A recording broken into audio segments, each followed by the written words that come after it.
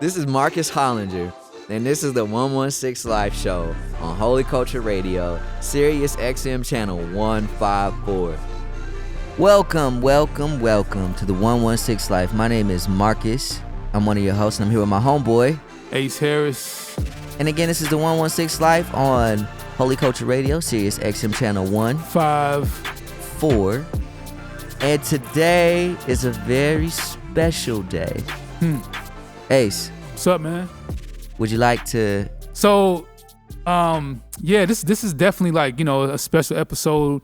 We got, been walking with you behind the scenes on a lot of this for a minute, but essentially, this will be Marcus's last taping as a Reach Records employee because he's moving on to other things, which is kind of sad to say, but also I feel a lot of joy in knowing that, you're leaving, like, it's like we're sending you out versus you dipping out, you know what I'm saying? Yeah, absolutely.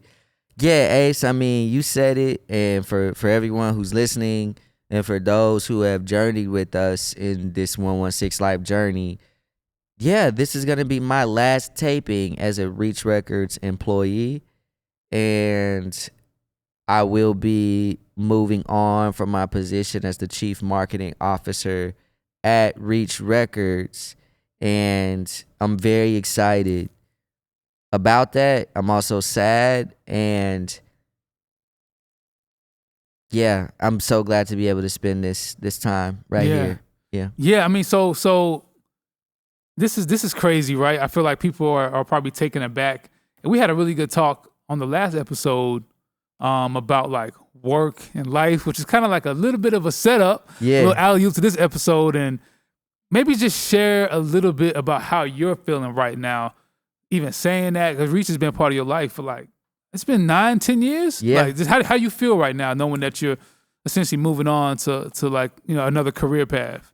I have to say today is the second day in the last month that I've been able to wake up and feel, let me find the word, fully at peace. Most days when I've woken up, I've felt a number of things. I've been grieving, actually. Really? I've been grieving. Yeah. What does grieving look like for you? Like, well, again, you said it, the amount of time that I've been here at Reach, what that represents for me in my life is this is the longest standing organized relationship I've ever had in my life. Wow. So that's a little bit of personal. I've been here for 9 years. Wow. And growing up, I used to get kicked out of school a lot. As when I was young, I used to get kicked out of school. I feel like I just don't, when I see you now, I don't see you. I've heard these stories from you, bro, and there's like a other side to Marcus that I feel like it's just like, wow. You know what I'm saying? Talk a little bit about why this relationship has been the longest one.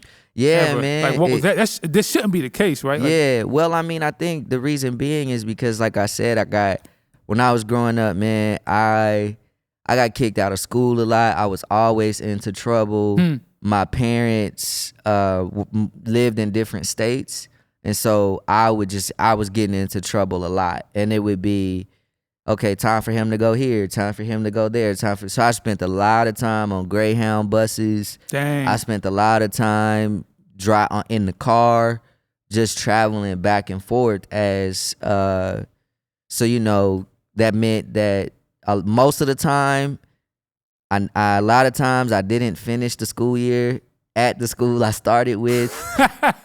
A lot of times I didn't come back. I think there was like maybe 3 years in my entire life where I like finished the school year and then stayed with the class. Whoa. To go. And then would you say it sounds like you're saying you had a lot of instability. A lot of instability growing up. Yeah. And so, I mean, how did you cope with all that craziness, man? Music. That's the through line. Music. I would be, to go from Kansas City to Kentucky, man, it's on the Greyhound. Yeah. It's like a 24-hour trip. Yo, how old were you during this time? Probably like, I was high school, like it's around high school. So between the last couple years in high school, somewhere in between like junior high, but mainly like freshman, sophomore, so junior you'd high be a school. 14-year-old kid riding a Greyhound bus with a bunch of people who, for 24 hours, that was a constant thing in your life. Yeah, for a couple years. So you were just going. Why were you going back and forth? What was the reason? Well, like I said, my parents were in different states, and then sometimes it would be because I got in trouble, and then at other times it would be just because I would be like, I ain't really feeling this setup. Or just like, hey, he needs his dad, he needs his mom, he needs his dad, he needs his mom, or I'm getting in trouble. So I think a lot of that would kind of have me on the move.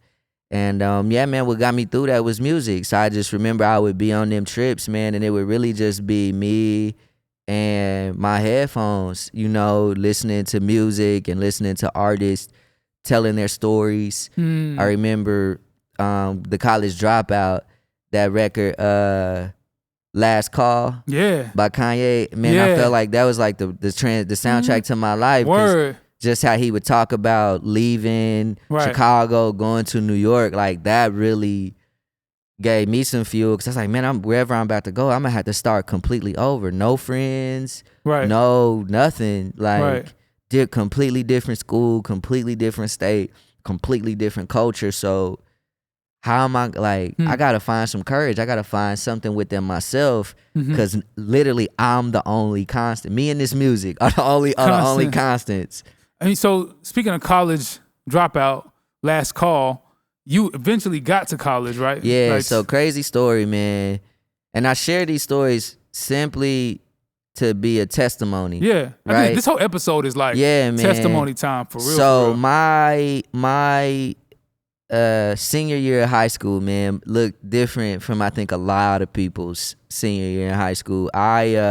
Because I was kicked out a lot, most people would just have like a half day, all that. But me, nah, man, I had to make up a lot of, my grades were terrible, and I just had a lot of missing classes because one year I got kicked out of school. I sat at home for like a whole semester. And so all of that was just building up. So my senior year of high school, I would be in a full day of class. I was doing night school. I had like 2 jobs, and I was doing like ACT classes so I could learn how to take the test to get into, so I could give myself a shot. Cause I was like, ain't no senior year come, ain't no all this back. Now you on your own. And so my senior year, man, I pulled it together, and man, just through God's grace, man, I got into college on probation because my grades were terrible, but I did well on tests. I graduated from high school like a 1.6. A 1.6 GPA, bro? Yeah, my grades were terrible. And you got into college with that. What college did you get into? KU, the University They let of you Kansas. in there. They let me in. Shout out KU. Y'all the real ones. They let me in because of my ACT score. You must have aced that thing. I smashed it. So they saw potential. So and my essays, and I had my, so they let me in on probation. Like your Marcus, grades had to be at a certain. If you hadn't gotten the KU, what would have been the outcome? Man, it's hard to tell because everybody that I knew growing up like that, for real, is like in jail or did some serious jail time. And matter of fact, it was one year when I was in transition, my older brother, came to me and was, cause I was also, some of the trouble I was getting into is cause I was in the streets. And my older brother came to me and was like, bro, you need to leave this stuff alone and you need to go back to school. And then that was in the summer of 2016, 2017. The last conversation I had with my older brother was go back to school because this life that you live in, it ain't you. It's not for you. December 2017, my brother and my friends, my brother and my closest friends, my brother got 12 years. Another one of our friends got 6, and our oldest friend, kind of like our OG, he got 60 years. 60 armed robbery. Gotcha. Boy, they threw the book at that boy. Oh yeah, 60 years. No, there was no homicide. There was a shooting, but there was no murder. No murder. 60 years. 60 years. Yo, this is why this show is so important. 116 Life, because I think people see Marcus Hollinger, CMO, marketing savant, family man, unashamed of the gospel, Stanford educated, design thinking executive, and they probably hear you say, I'm leaving Reach Records to pursue other things, but they don't really, the backstory here is wild. Yeah. That's not no, like those are real. You really, you made it out of, like you snuck out, like you made it out alive, bro. Facts. So if I didn't end up in college, I mean, again, my friend group all ended up in prison. So you're like so God clearly had a hand. 100%. 100%, because it was in the middle of doing everything that I was doing. I remember, man, I had gotten into, I was gambling a lot. Like I'd be out all night shooting dice, selling drugs and all this. And randomly I had a gun and my mom kicked me out. And right before she kicked me out, I just remember, man, having this conversation with the Lord. And I was like, God, I know this is not my life. And it felt like there was like a trade going on for my soul, because everything that the streets could offer, it was just being rolled out in front of me, from drugs to gangs to even guns. Man, I had a gun bigger than me and I didn't even know how to use it. And you know what I'm saying? It was like all this stuff was just coming at me. And I just remember being like, it's almost like sometimes you can just kind of see Satan. Like he'll be behind the scenes, but then you'll see him. And that's what I was like, oh, I see what's going on here. I'm being set up. Oh, you saw the play. I saw the play. God revealed it to me. And somebody too had told me that summer, that my brother told me, get out. And then there was this, I can't remember who it was, but somebody was like, hey, Marcus, the place where you be at, doing what you be doing, they're watching you. And it may seem sweet for now, but one day they just gonna come get you. So you need to stop. Shout out to all the theologian, dogmatic, Bible reading people, but God still speaks in the real time. Oh yeah, that was through people. Yeah. Because he clearly spoke to you through those circumstances. Oh yeah. Like, yo, Marcus, I think also it was dope. Obviously the 116 Life is about faith, music, culture. And also, I have a picture in my brain of you like 14 years old, probably the same size you are now. Yeah. Yep. With some headphones on. So the music was therapeutic to kind of get you through those tough times and tough. It was my life, man. Like, it was. I remember. I just identified so much with the music because I was incredibly young, but I was in those situations. Like, I remember Jay-Z in 444 talked about, like, man, you almost had to like learn how to read stuff that wasn't there. Like, you almost had to learn how to like see around the corner, because it's just stuff happening right all the times. I mean, I've had acts of violence committed against me. I've done some things that I'm not proud of, and it was always the music that was like teaching me how to, obviously, because it's not coming from a Christian worldview, there were some things that, I was doing that I shouldn't have been doing, but this is where I'm drawing my influence from, and this is the life that I'm seeing. And thankfully, yeah, man, God called me, around the time I was like 16, 17, he called me out of it practically. But there was another calling out of we got to get that happened. There was another calling out of that happened after. Later. Yeah, later. Man, if y'all tuning in, we're basically just walking through the Marcus Hollinger story. Sounds like a sounds like it sounds like a 50 Cent power play. Like, it sounds like a movie, right? Yeah. But the Marcus Hollinger story, brought to you by the 116 Life here on Holy Culture Radio, Sirius Channel 154. We're going to take a break and get back to you guys in a little bit. So, yeah. And so, welcome back, y'all. It's the 116 Life, Holy Culture Radio, siriusxm Channel 154. My name is Marcus. I'm one of your hosts. I'm Ace Harris. Sorry for cutting you off. Well, I think that's proper, because if you're just tuning in, this is a special episode. Yeah. Because it's my last episode. Yeah. As an employee at Reach Records. Yeah. I will be transitioning out.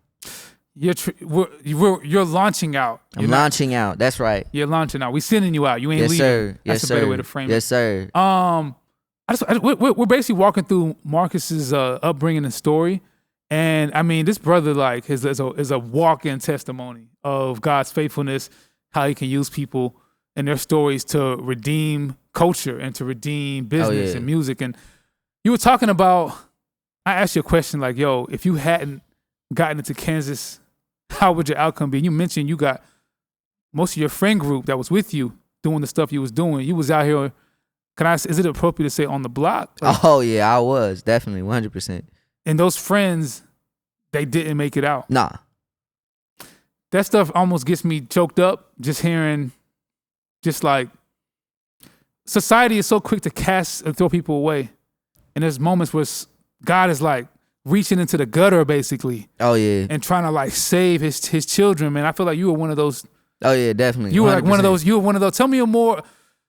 Yeah, tell me a little bit about that, and also walk us through how you got to Kansas. But how did it feel that had God had His hand on your life? How did that feel?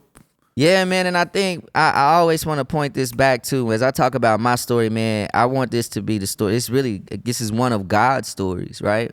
Because I remember, man, like I said, Kendrick got this line about, I've been stomped out in front of my mama. I seen commissary turn into commas. It's like, bro, that was my life. So, I remember one day, man, I did have, when I was much younger, my grandmother and my aunt used to always make sure we went to church.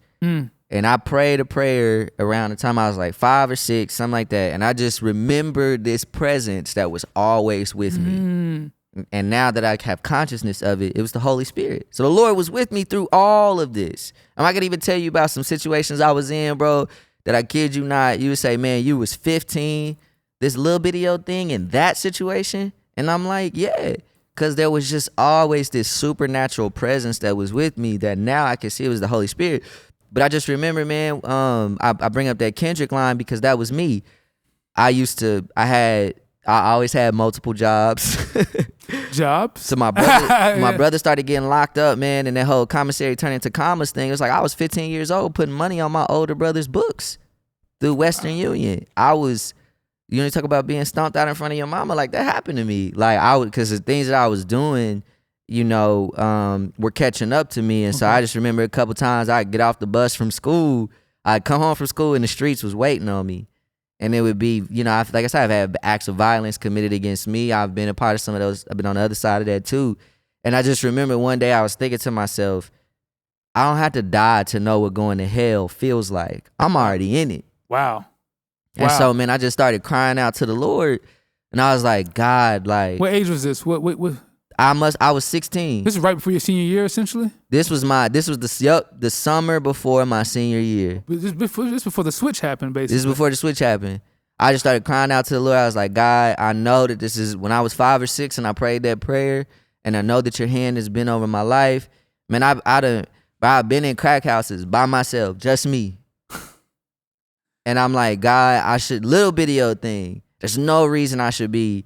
You was like, slanging. Yes, I was. And it's like there's no reason I should be in this situation and just being able to just walk in and out of these places doing these things. But they would have, bro. It would have been over. I mean, you can just imagine the things that could have happened. Like I said, this was my crew. They graduated from what we was doing into robberies, and I just remember being like, I got my own little thing, and I don't really know about robberies. But that was the thing that got my crew in trouble, which had me, and so I just cried out to the Lord. I was like, God, I can see what's going on.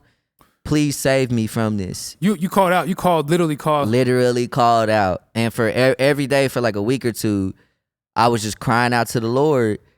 And I got into a fight, so I was kicked out of school. My mom found. Mom, if you see this, I'm sorry, but my mom found my gun and all this stuff like that, and she was like, "You gotta go." She was like, "This is not here, bro." Yeah, you like, "You gotta go." I got a whole nother kid in here. My brother's in prison. I'm doing all this. Oh, you had to write down his same. She was like, "You gotta go," and I just remember, so I was out.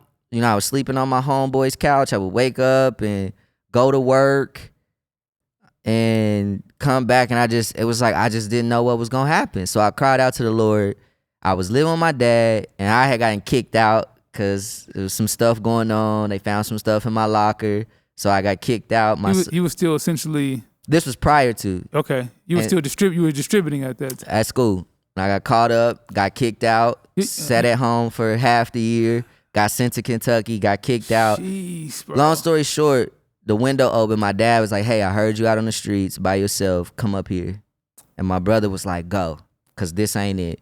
Get into KU. And like I said, music is a through line. Every which way I go, I'm just listening to this music. I get into KU and I'm like, man, God answered my prayer. I got a second chance at life. Definitely. Like that, like. And so I get into school and I crush it. I'm crushing it. I'm crushing it. I mean, grades on point. I didn't miss a single day of class, nothing. I mean, I was fighting for my life because I'm like, I know what I just left. And then I just remember I just hit a wall by my sophomore year where I got super depressed and I got super anxious because I was like, wait a minute. I just came from doing all of that. And all that hustle, all that ethic, I'm applying it in the classroom, but I don't feel any more fulfilled. I think I'm gonna pause and kind of sit on that.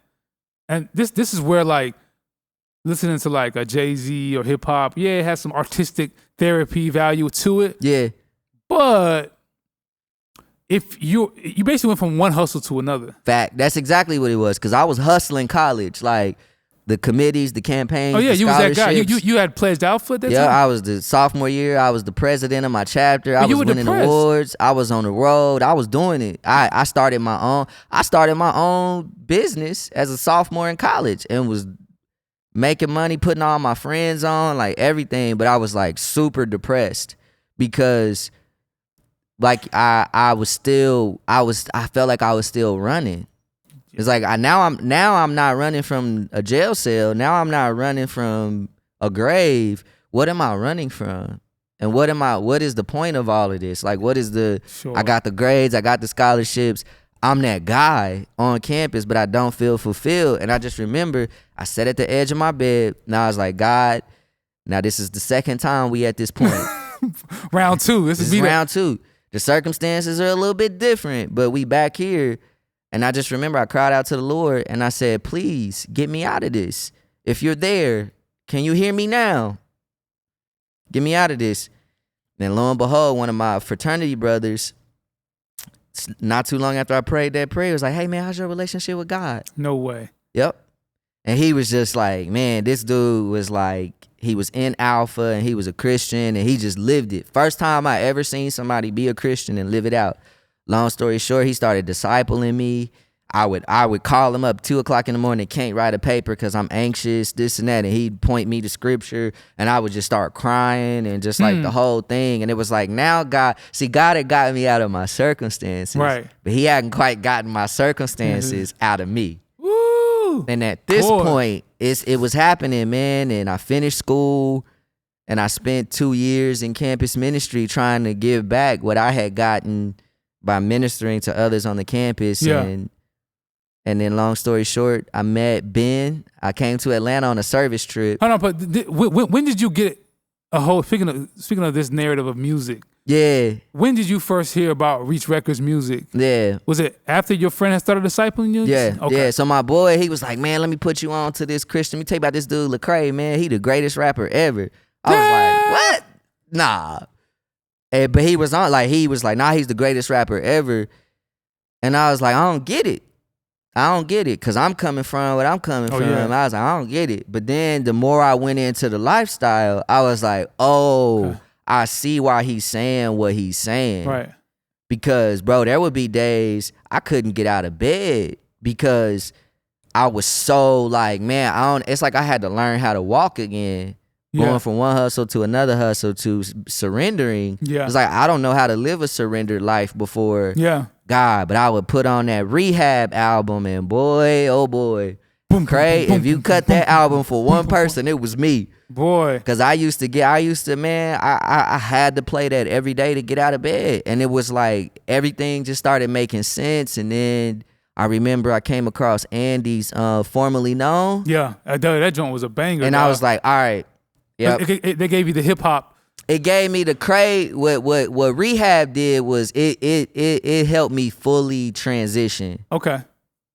Okay. And then when I saw Formerly Known, I saw a redemptive vision of how I was wired. How Andy would just bring the flavor and the everything, but it was pointed toward God. I was like, oh, okay. Now I can fully like, I became a Christian. I was born again. But then it was like, oh, this is how I can walk. Walk, right. Andy's good at, he does kind of give you more of a, okay, all right, you had your come to Jesus moment.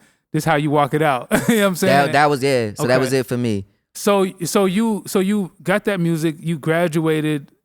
What was your plan? I know we probably can, it might take a little longer than we have time for, but you graduated. I think you mentioned you were like getting courted by like every major advertising company in the world. So I got radically saved, and then I had this internship in New York because I was in advertising. Went out, crushed it, but it was just this different flow about me. I'm a sold out Christian at this point.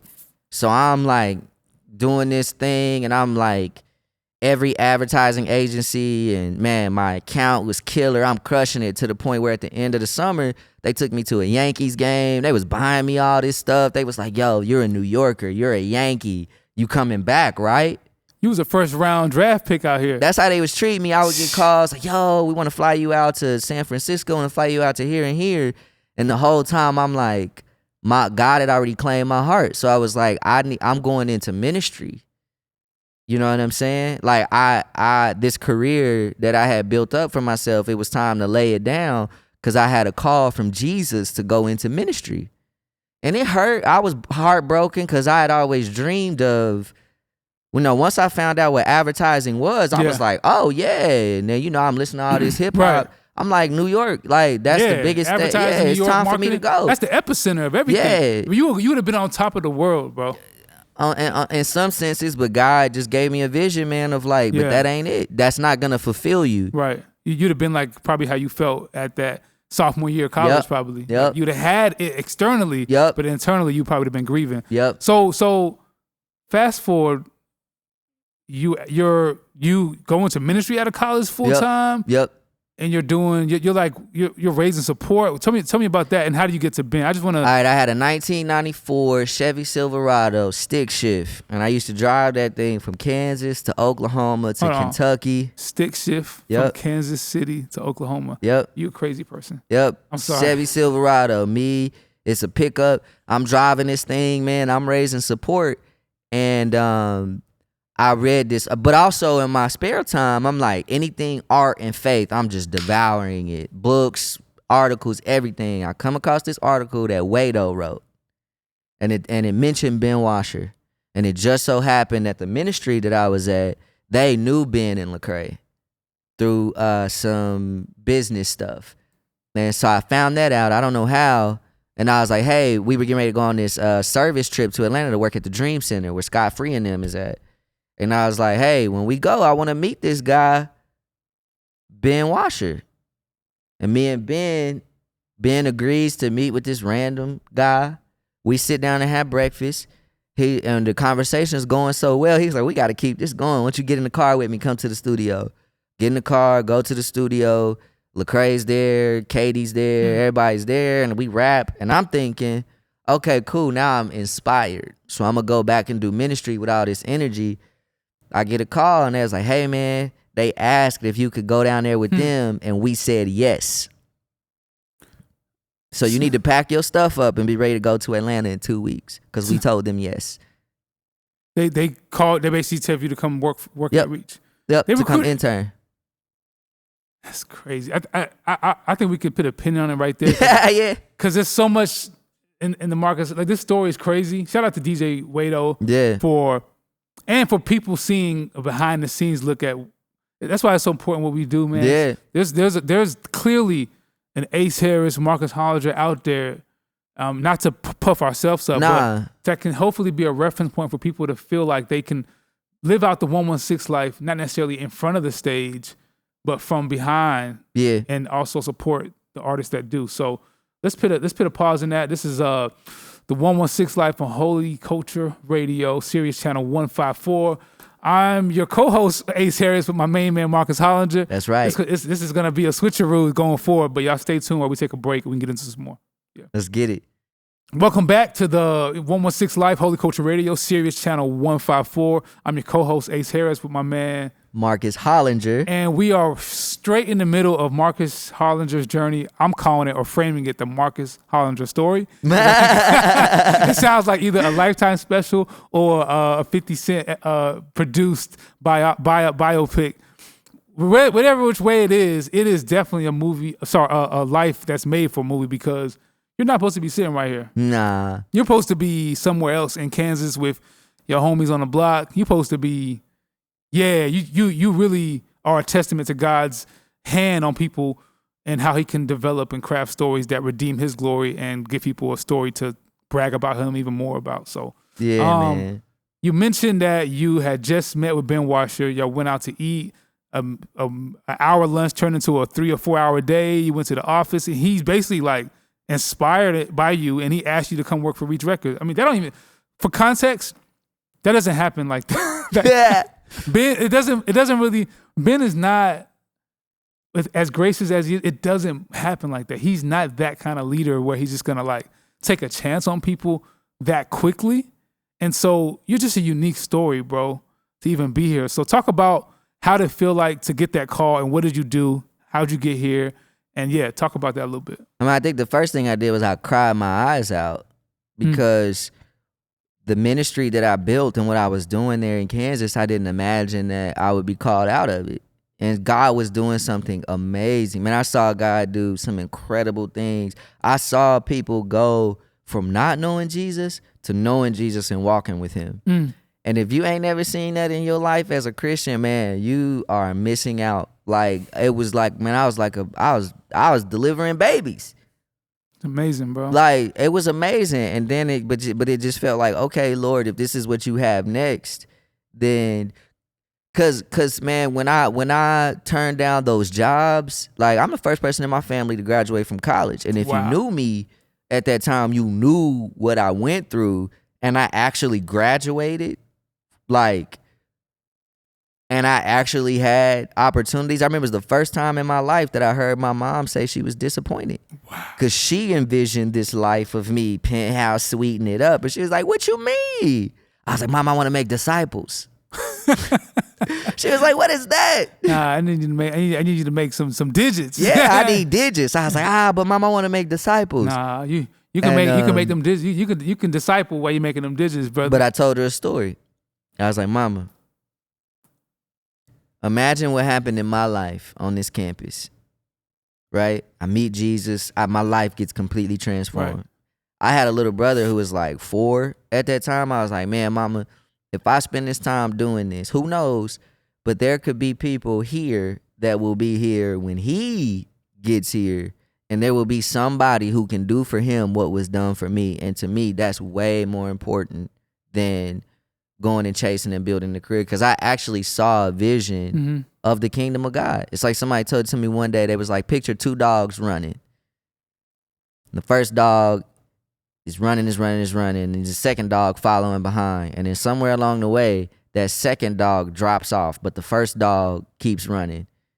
The reason that first dog kept running was because he saw what he was chasing.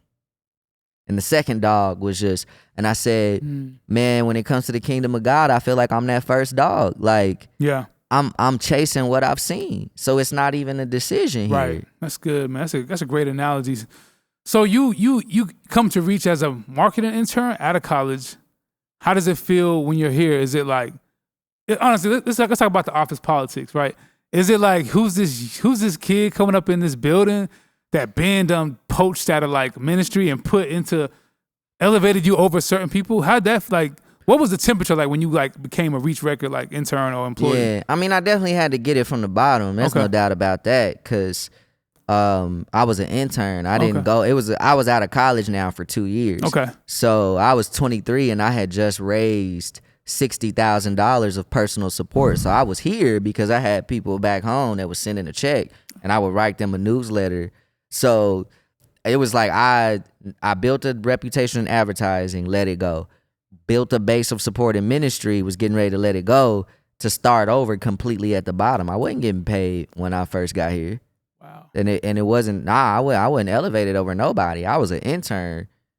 Dang. After having built. How'd you provide for yourself? Like I said, I built the ministry support, and my supporters were okay with carrying me here. So, yeah.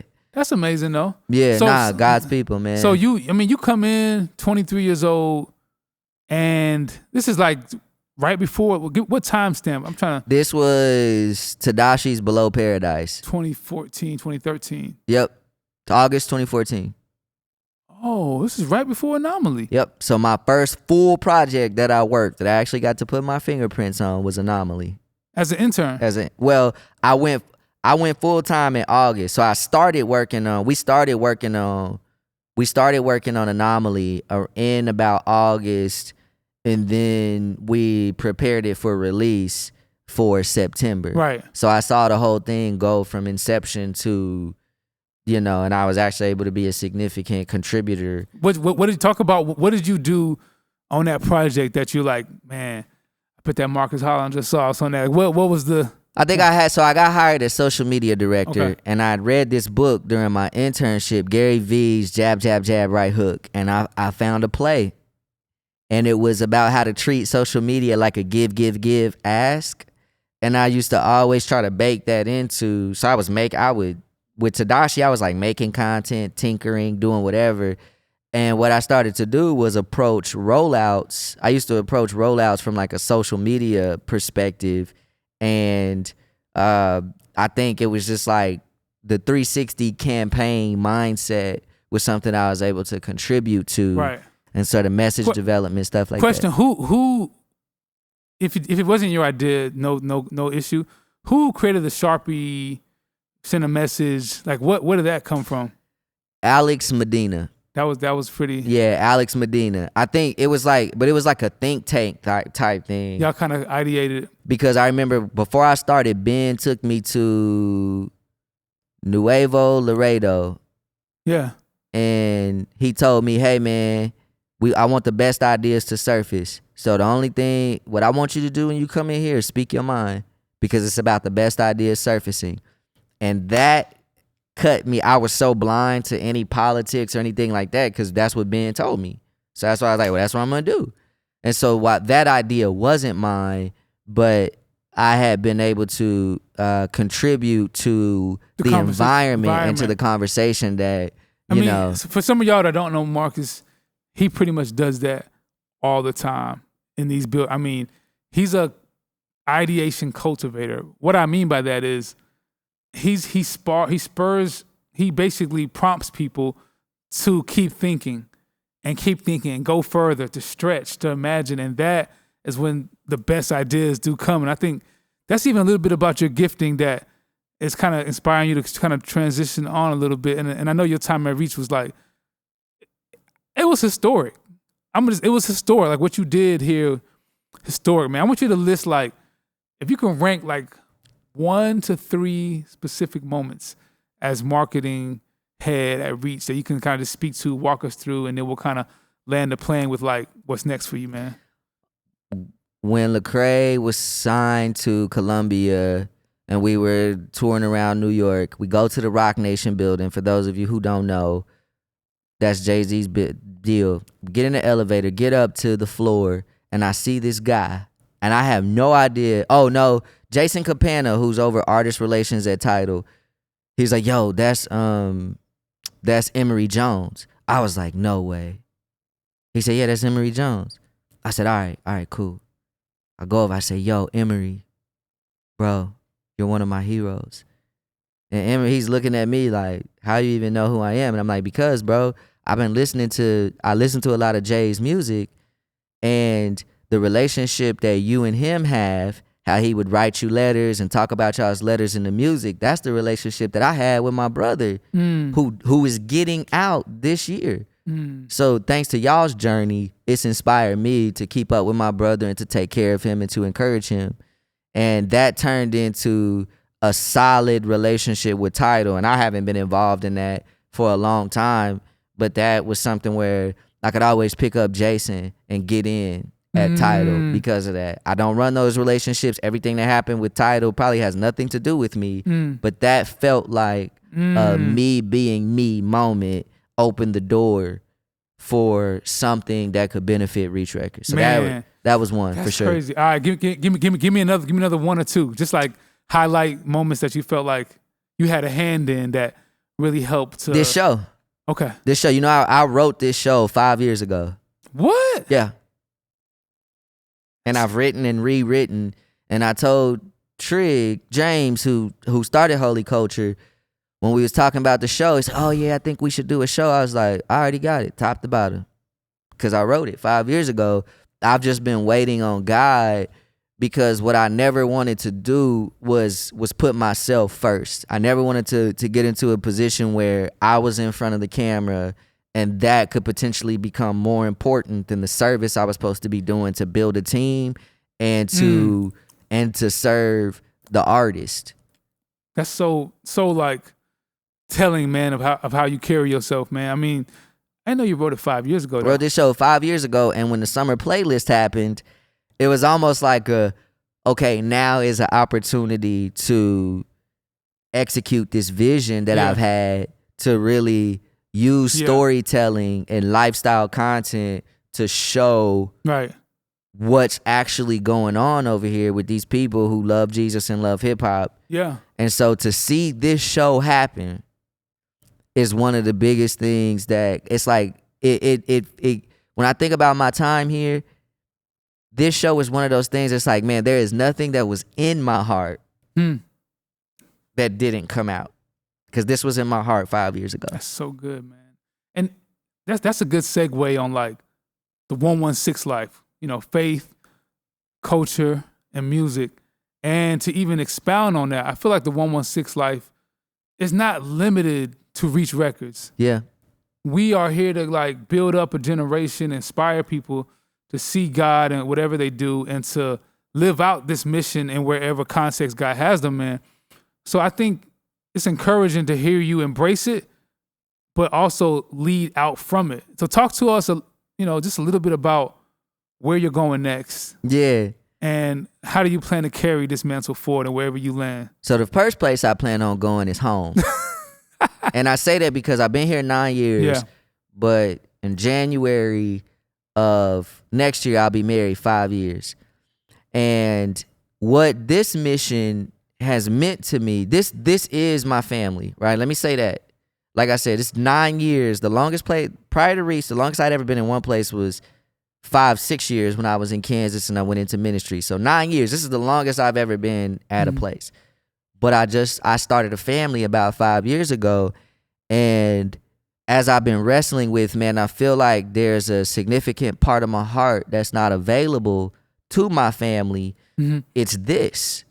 And as I wrestled with it, man, the meaning of a man should leave his mother and father and cleave to his wife, and the two should become one.